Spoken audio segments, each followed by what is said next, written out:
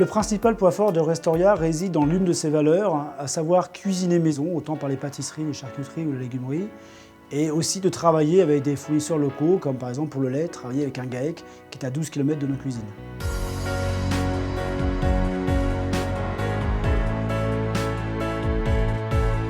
Donc en 2005, nous avons eu un déclic suite à la lecture de différents ouvrages traitant du développement durable.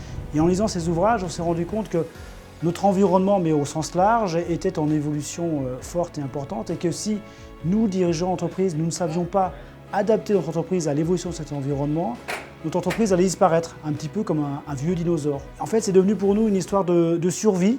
Si on ne le fait pas, on va disparaître. Donc c'est une survie devient une conviction, et une conviction, on la déploie et on la met en œuvre ensuite.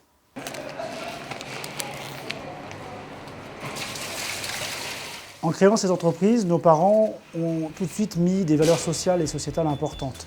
C'est sur ces valeurs-là qu'on s'est basé et qu'on essaie de démultiplier aujourd'hui au quotidien.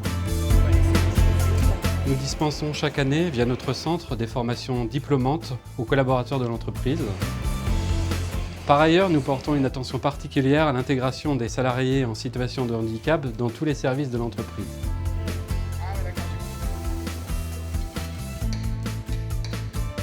Un service social est également à la disposition des collaborateurs sous forme de permanence.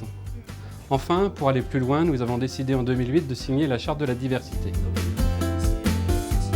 C'est vrai que la commission de diversité, ça facilite la vie dans l'entreprise parce que les gens se sentent quand même plus libres de venir parler. Ils savent que quelles que soient les choses qu'ils viennent nous dire ou nous raconter, que ce soit eux qui soient concernés ou quelqu'un d'autre, que ce ne sera pas divulgué. On est 5 personnes donc, de différents domaines dans l'entreprise. Ils intègrent que la personne qui le souhaite. C'est bien de faire du sociétal, il faut aussi prendre en compte la sphère environnementale. Et c'est cette cohérence-là qui va donner corps à la belle démarche. Sur cette plateforme, nous trions 9 types différents de déchets, ce qui va nous permettre aujourd'hui de recycler plus de 70% de nos déchets. C'est une réalisation que nous avons faite dans le cadre de la certification ISO 14001. Donc la cuisine est ici certifiée depuis 2009. Nous avons mis en place un groupe de travail environnement et dans ce cadre-là, nous avons testé des produits d'entretien plus respectueux de l'homme et plus respectueux de l'environnement. Au-delà de nos actions environnementales internes, nous avons demandé à nos clients de participer à quelques actions environnementales. Par exemple, aujourd'hui, 177 clients sur 538 recyclent leurs barquettes. En un an, nous avons réussi à recycler 19 tonnes de plastique.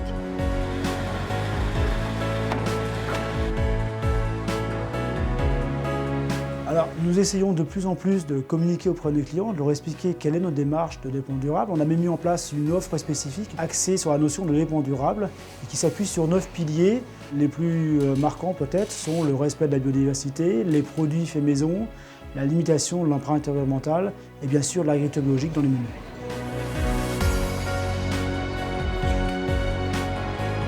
Pour aller vers la notion réelle de développement durable, on a des kilomètres et des kilomètres à parcourir.